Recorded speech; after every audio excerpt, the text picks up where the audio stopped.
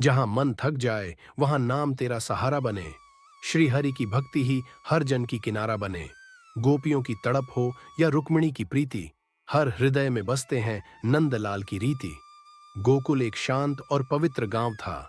वृंदावन के पास स्थित वहां की भूमि अब भी कृष्ण के बाल लीलाओं की गवाही देती थी।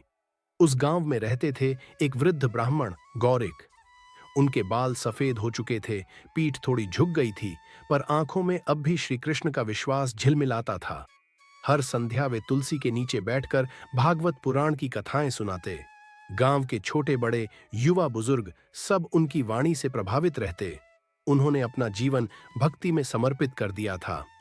उनका कहना था, भक्ति वो दीप है जो मन की अंधेरी गुफाओं में उजाला लाता है। जिसे पकड़ लो तो जीवन की नया खुद ही किनारे लग जाता है।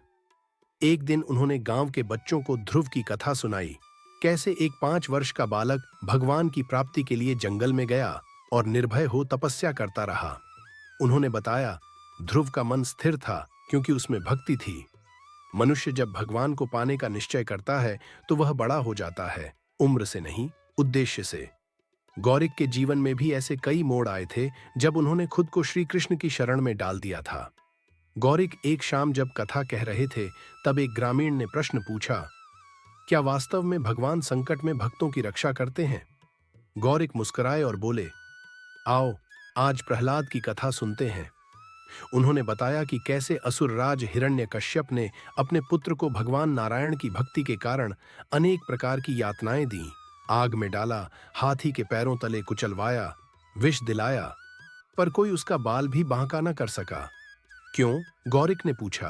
क्योंकि जब हृदय में श्रीहरि बसते हैं तो कोई अग्नि जला नहीं सकती, कोई तलवार काट नहीं सकती। यही है भक्ति का प्रताप। और फिर उन्होंने वह अमर प्रसंग सुनाया, नरसिंह अवतार। जब हिरण्यकश्यप ने स्तंभ को ललकारा तो भगवान उस स्तंभ से प्रकट हुए, आधा नर आधा सिंह, समय स्थान और रूप के नियमों को तोड़ते हुए, ताकि भक्त की रक्षा हो सके। सभी ग्रामीण स्तब्ध थे। एक वृद्ध महिला की आंखों से आंसू बह निकले।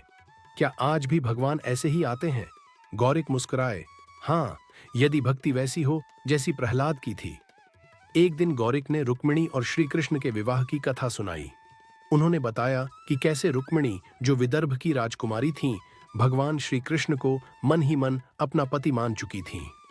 लेकिन उनके भाई रुक्मी उनका विवाह शिशुपाल से करना चाहते थे। रुक्मिणी ने श्री कृष्ण को एक गुप्त पत्र लिखा जिसमें उन्होंने अपने हृदय की बात कही। यह पत्र भक्ति का रूप था, आग्रह नहीं, समर्पण था।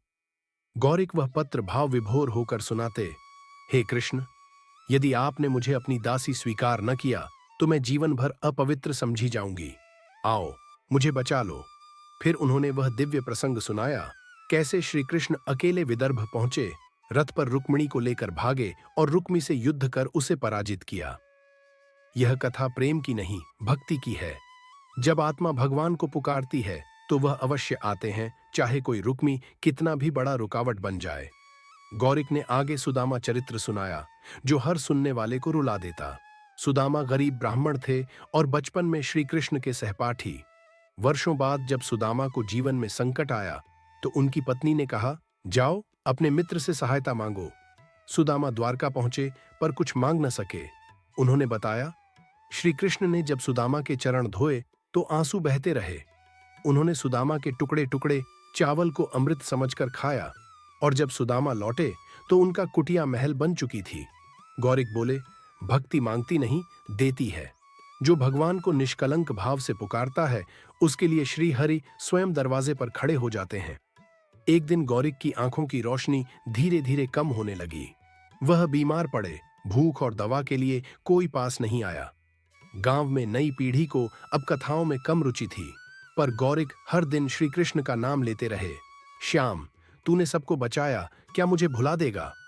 एक रात्रि एक अजनबी बालक आया, कानों में कुंडल, पीले वस्त्र, मोरपंख। उसने गौरिक को जल पिलाया, दवा दी और बोला, बाबा, तुम्हारी कथा अधूरी है, तुम्हें स्वस्थ होना है। सुबह जब ग्रामीण आए तो देखा गौरिक स्वस्थ हैं, उनकी आंखों में चमक है।